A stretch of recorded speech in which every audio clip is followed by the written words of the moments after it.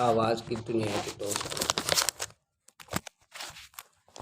कविता अच्छा लगे सब्सक्राइब करें, शेयर करें। आपकी ऐसी कृपा। हरे हरे सुविचार। 21 किमी रोज दौड़ता है एक फेफड़े वाला सूरज आपके लिए। भोजन करने और पानी पीने का तरीका सही हो, पानी की मात्रा कितनी हो, ये मौसम, समय और जलवायु के साथ साथ व्यक्ति के अपने स्तर पर भी निर्भर करता है।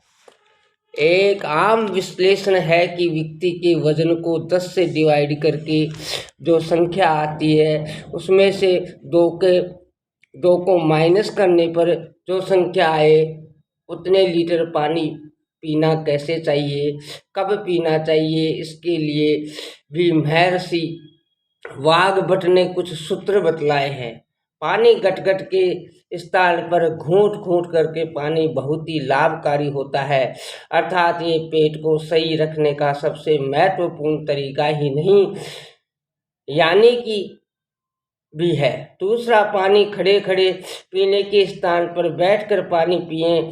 कभी भी फ्रिज का बर्फ मिला हुआ पानी नहीं पिएं। ऐसा करने से चूंकि पेट की तासीर शरीर की तासीर गर्म होती है, ऐसे में बर्फ का पानी आमाशय में भोजन का ठंडा करेगा, पेट को ठंडा करेगा, हृदय को ठंडा करेगा, ब्रेन को ठंडा करेगा और इस प्रक्रिया में शरीर को अतिरिक्त ऊर्जा लगानी पड़ेगी। पानी को गर्म करने में अर्थात शरीर को जो ऊर्जा रस बनाने में, रक्त बनाने में, मजा बनाने में खर्च करनी थी, वह उस ऊर्जा को ठंडे पानी को गर्म करने में लगा देगा और इसका दुष्परिणाम शरीर में अनेकों विकार पैदा हो जाएगी। ऐसे में गुनगुना पानी ही पिएं, घूंट घूंट पिएं, बैठकर पिएं। घूंट घूंट पीने से मुंह में जो लार है जो कि क्षारीय होती है, पेट में अक्ल को न्यूट्रल कर देती है। भोजन चबा चबा कर करें। सुबह भोजन अधिक करें, दोपहर में उससे कम और शाम को उससे भी कम करें। भोजन करने के 40 मिनट पहले और भोजन करने के 1.5 घंटे बाद में पानी लें। सूर्योदय से 2.5 घंटे बाद तक और सूर्यास्त के समय से 1 घंटे पहले तक जठराग्नि बहुत ही तीव्र रहती है। ये समय भोजन के लिए सबसे उपयुक्त होता है। मित्रों, प्रेरणा, पिए गुनगुना नीर सदा, ये ऊर्जा का भंडार। घूंट घूंट पिए सदा, ये अनमोल उपहार। पुरुषार्थ भाग्य की नींव के पत्थर के समान है। आचार्य विद्यासागर जी। नानक दुखिया सब संसार, हम समाज में प्रेम भलाई और एक दूसरे के सुख दुख में भागीदारी देकर गुरु नानक देव जैसे संतों को अपनी सच्ची श्रद्धांजलि देंगे। आज समाज को जिस प्रकार के आडंबर का सामना करना पड़ रहा है वह निश्चय ही दुखद और चिंतनीय है। साधु संतों का लिबास ओढ़कर राक्षसी प्रवृत्ति के लोग अंधविश्वास और आस्था का भ्रम फैलाकर भोले लोगों को अपने चंगुल में फंसाकर आर्थिक और शारीरिक शोषण और दोहन कर रहे हैं। ऐसे में हमें ढोंगी साधुओं से सावधान रहकर गुरु नानक देव की शिक्षा और उपदेशों को आत्मसात कर राष्ट्र और समाज की हमारी पुरातन सामाजिक संरचना को मजबूती बनाने की जरूरत है। हरे हरे। सुख और दुख पर गुरु नानक देव के विचार बहुत स्पष्ट और अनुकरणीय हैं। नानक देव का कहना था, इस सृष्टि में दुख ही दुख व्यापक है। हरे हरे। कुछ लोग अपने आप को सुखी समझते हैं, लेकिन देखा जाए तो वो भी किसी न किसी दुख से दुखी हैं। गुरु नानक का ये कथन न केवल शाश्वत सत्य अपितु अजर अमर है। आज हमारा समाज दुखों के महासागर में गोते खा रहा है। अमीर से गरीब तक समाज का हर तबका किसी न किसी कारण दुखी है। संत महात्माओं में गुरु नानक देव का नाम आदर पूर्वक श्रवण अक्षरों में दर्ज है। सिख धर्मों के संस्थापक गुरु नानक देव का जन्म रावी नदी के किनारे पाकिस्तान के गांव तलवंडी शेखपुरा में 15 अप्रैल 1469 में कार्तिक पूर्णिमा 1527 को हुआ था। कुछ लोगों की आंख ऐसी होती हैं जो देख लेते हैं, उस आंख को फोड़ने का भाव आता है, और कुछ आंख ऐसी होती हैं कि पड़ जाएं तो बेड़ा पार हो जाता है। आंख तो सबकी है, लेकिन वो आंख इतनी पावन है कि लोग तरस जाते हैं हरे हरे कि महाराज एक बार आंख उठाकर देख ले, इतने में धन्य। महाराज से कुछ लेना देना ही कुछ है नहीं।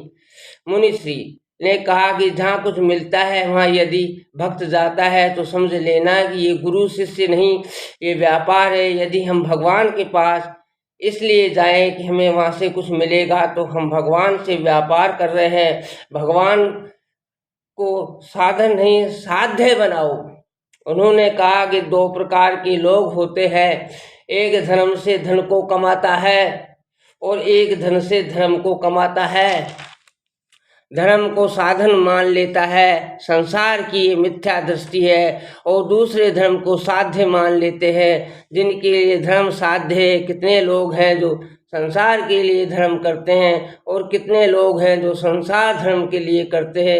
एक मंदिर आ रहा है धन के लिए, दुकान के लिए, और एक दुकान जा रहा है मंदिर के लिए। मुनिश्री ने कहा कि जिस प्रकार हम दुख आने पर भगवान का नाम लेते हैं, उसी प्रकार सुख आने पर भी भगवान का नाम ले।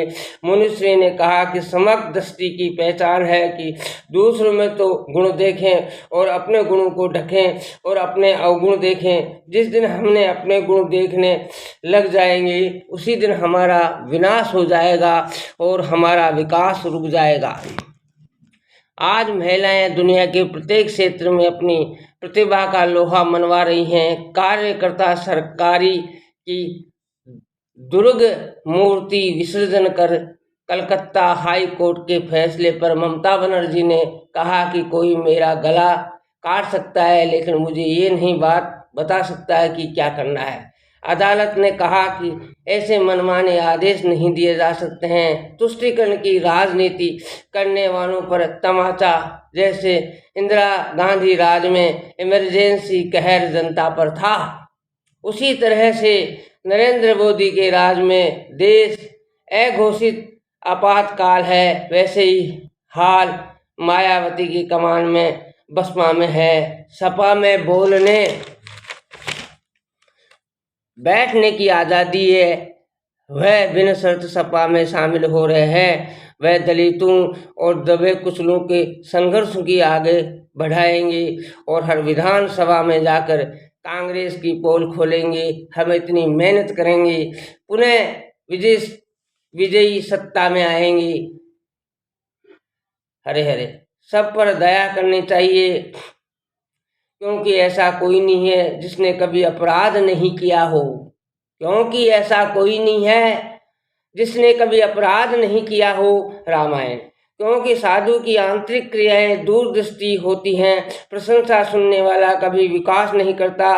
बुराई करने वाला दुश्मन नहीं हितकारी होता है। बुराई करने वाला दुश्मन नहीं हितकारी होता है। धन वमन से सतुंगीन होने वाला कभी सुख नहीं देता। सबसे पहले सर्वोदय दृष्टि के साथ समर्थ बनने की जरूरत है। पहली दृष्टि स्वयं पर डालनी चाहिए कि मैं समर्थ हूँ या नहीं। यदि अपने आप समर्थ हो जाओ तो समाज व दूसरों की सहायता करना प्रारंभ कर देना। भावना बिना प्रभावना नहीं होती। साधु के ब्रह्म क्रियाएं नहीं, आंतरिक देखनी चाहिए। 1000 गरीब मिलकर भी कभी गरीबी दूर नहीं कर सकते। संत जब व्यक्ति के जीवन में बहुत सारी परेशानियां